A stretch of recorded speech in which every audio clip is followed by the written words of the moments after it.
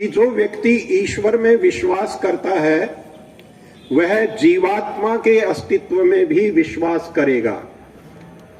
जो व्यक्ति ईश्वर और जीवात्मा के अस्तित्व में विश्वास करेगा वह कर्म और कर्म फल में भी विश्वास करेगा, और जो व्यक्ति इनमें विश्वास करेगा वो पुनर्जन्म में भी विश्वास करेगा। आस्तिकता के साथ जुड़ी हुई ये श्रृंखला है।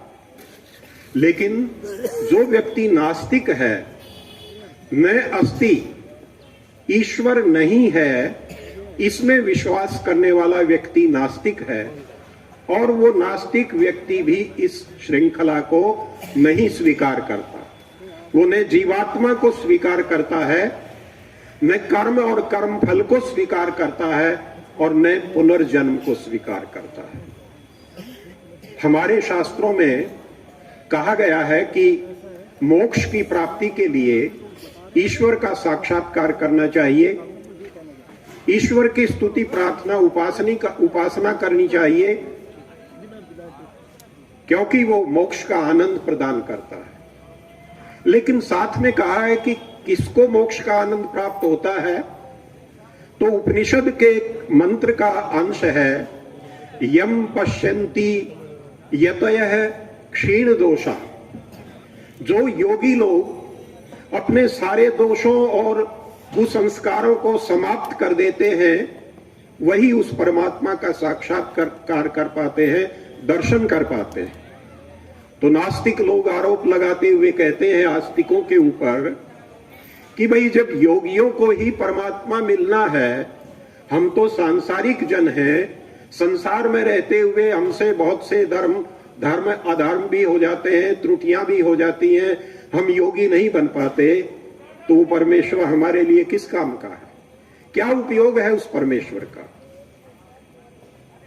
इस आपत्ति का, इस प्रश्न का उत्तर अगर हम देखें तो दो महापुरुषों ने हमारे समक्ष रखा। उनमें एक है महर्षि मनु और दूसरे हैं महर्षि दयानंद। महर्षि मनु कहते हैं कि यदि कोई व्यक्ति ये समझता है कि मैं अकेला हूं तो ये उसकी भूल है। कोई भी व्यक्ति, कोई जीवात्मा कभी अकेला नहीं होता। उस आत्मा के अंदर और इस संपूर्ण जगत के अंदर एक और शक्ति छिपी हुई रहती है अंतर्यामी रूप से, जिसको ईश्वर कहते हैं। और हे जीवात्मा, अगर तू अपना कल्याण चाहता है तो उस ईश्वर में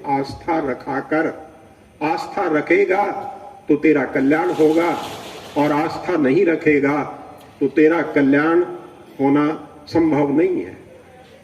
महर्षि दयानंद इसकी व्याख्या करते हुए कहते हैं कि आत्मा जब अपने मन को और मन इंद्रियों को किसी विषय में लगाता है तो उस विषय की ओर उसका ज्ञान और उसकी इच्छा झुक जाती है।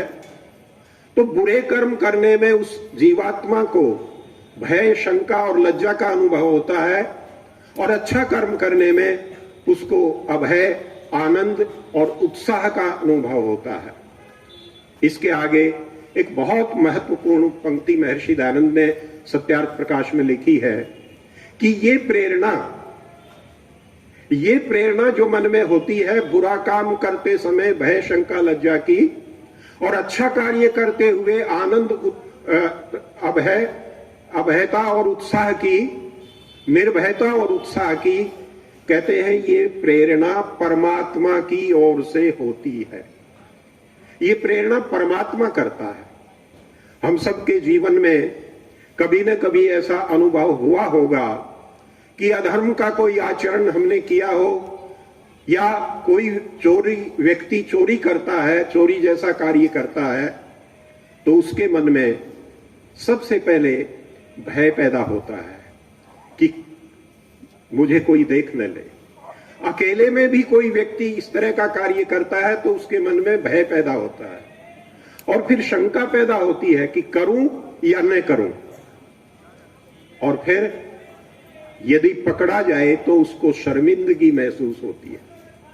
तो कहते हैं कि ये जो भावना है ये परमात्मा की ओर से प्रेरणा है। और जब हम अच्छा कार्य करते हैं, यज्ञ करते हैं, दान करते हैं, तो हमारे मन में एक उत्साह पैदा होता है, निर्भयता के साथ उस कार्य को करते हैं और आनंद की अनुभूति हमें होती है। तो इन का अभिप्राय यह है कि सामान्य लोगों के लिए, सांसारिक लोगों के लिए परमात्मा एक मार्गदर्शक है, परमात्मा एक अभिभावक है, परमात्मा एक संरक्षक है। इसलिए हम कविता में कहते हैं कि त्वमेव माता च पिता त्वमेव बंधुश्च सखा त्वमेव, क्योंकि वो कभी माता के समान जो है अपनत्व दिखाता है, कभी पिता के समान जो है प्रेरणा देता है, कभी सखा के समान हमें ठीक रास्ते पर दिखाता है, कभी बंधुओं के समान, रिश्ते नातेदारों के समान हमारा सहयोग करता है समय आने पर, अवसर आने पर। तो आस्तिक और नास्तिक में ये अंतर है कि नास्तिक व्यक्ति जो है वो ईश्वर में विश्वास नहीं करता, जीवात्मा में विश्वास नहीं करता, कर्म और कर्मफल में विश्वास नहीं करता और पुनर्जन्म में भी विश्वास नहीं करता। तो इसका परिणाम क्या होता है? इसका परिणाम यह है कि वो न धर्म को मानता है, न अधर्म को मानता है, न पाप पुण्य को मानता है और न किसी अच्छे बुरे को मानता है, न अपराध को मानता है, न किसी बुराई को मानता है। तो शास्त्र ये कहते हैं कि नास्तिक होने का सबसे बड़ी हानि परिवार और समाज और राष्ट्र को क्या होती है कि नास्तिक व्यक्ति क्योंकि न धर्म का पालन करता है, न मर्यादाओं का पालन करता है, न अच्छाइयों की बात करता है, न गुणों को ग्रहण करने की बात करता है, क्योंकि वो समझता है कि इनका परिणाम क्या होगा, न कर्म फल मिलेगा, न पुनर्जन्म मिलेगा। तो इसलिए इस जन्म में जो मन आए वो करो और उसके हिसाब से अपना जीवन व्यतीत करो। जब व्यक्ति इस धारणा का बन जाता है, उसके ऐसे संस्कार बन जाते हैं, तो वो न अच्छा पारिवारिक बनता है, न अच्छा सामाजिक बनता है और न अच्छा राष्ट्र का नागरिक बनता है वो, क्योंकि उसका भरोसा नहीं कि कब वो बुरा काम कर दे, कब वो धोखा कर दे, कब वो अपराध कर दे। आज हमारे समाज में अपराध, भ्रष्टाचार और जो प्रवृत्तियां पनप रही हैं वो इसी संस्कारहीनता के कारण से पनप रही है। फिर उसको शुभ कर्म करने की आवश्यकता नहीं होती, उसको किसी भी शक्ति का भय नहीं होता। हमारे प्राचीन काल में एक नास्तिक आचार्य हुए हैं जिनका नाम चार्वाक है। तो वो चार्वाक क्या कहते हैं, क्या उपदेश देते हैं, आप कल्पना करके देखिए कि नास्तिकों के ऐसे उपदेश के साथ यदि हम चलें तो इस परिवार का, हमारे समाज का या देश का क्या परिणाम होगा। वो कहते हैं यावत जीवेत सुखम जीवेत ऋणम कृत्वा घृतम पिबेत भस्मीभूतस्य देहस्य पुनरागमनम कुतः। कहते हैं जब तक जीवो सुख से जीवो, जिसमें तुम्हारा मन करता है कि ये सुख है वो काम करो। ऋणम कृत्वा घृतम पिबेत, लोगों से पैसा लो, लोगों से पैसा धोखे से लूटो और लूट करके मजा करो। क्यों? क्योंकि ये शरीर जब जल जाएगा तो फिर नहीं आता, पुनर्जन्म नहीं होता, तो ये शरीर जलना ही है, तो कैसा ही काम करो। तो ईश्वर में आस्था का अभाव होने से ये प्रवृत्ति पनपती है। आज के युग में भी एक बहुत बड़ा ऐसा समुदाय है, एक समाज है जिसको हम कम्युनिस्ट कहते हैं, और वो कम्युनिस्ट ईश्वर में विश्वास नहीं करते। केवल व्यक्ति, परिवार और समाज पर दुष्प्रभाव नहीं पड़ता अनास्था का। एक उदाहरण देकर के, इतिहास का उदाहरण देकर के मैं आपको बताना चाहता हूं कि रूस कम्युनिस्टों का देश है, चीन कम्युनिस्टों का देश है, उत्तर कोरिया कम्युनिस्टों का देश है। 1919 में रूस में 14 देश सम्मिलित होकर के एक बहुत बड़ा संघ बना था लेकिन 1991 में आकर के वो रूस का संघ टूट गया और 14 टुकड़ों में बिखर गया। तो उसका जब विश्लेषण करते हैं कि इतना बड़ा संघ कैसे टूट गया, कैसे बिखर गया, आज यूक्रेन का युद्ध रूस के साथ चल रहा है। वो यूक्रेन भी कभी उनका हिस्सा था जिसको रूस दोबारा से अपने कब्जे में लेना चाहता है। तो विश्लेषणकर्ता बताते हैं कि रूस में उत्पादकता का अभाव हो गया, और उत्पादकता का अभाव किस कारण हुआ कि लोगों ने अपनी ड्यूटी ईमानदारी से करनी छोड़ दी कि ड्यूटी करेंगे तो भी पैसा मिलेगा, नहीं करेंगे तो भी पैसा मिलेगा। जैसे कभी कभी कुछ हमारे सरकारी कर्मचारी जिनकी नौकरी पक्की हो जाती है तो वो अपने कर्तव्य में कोताही बरतने शुरू कर देते हैं। ठीक यही स्थिति, क्योंकि उनकी न ईश्वर में आस्था थी, न जीव में आस्था थी, और न ही कर्म फल में आस्था थी, और न पुनर्जन्म में आस्था थी, तो उन्होंने सोचा कि करें काम न करें, अपना मजे से रहे, सरकार से पैसा मिलता है। उसका दुष्परिणाम ये हुआ कि उत्पादकता का अभाव हो गया, बेरोजगारी, गरीबी हुई, और वो देश 14 टुकड़ों में बिखर गया। राष्ट्र के प्रति भी उनकी आस्था, राष्ट्र के एकता और अखंडता के प्रति भी उनकी आस्था नहीं रही।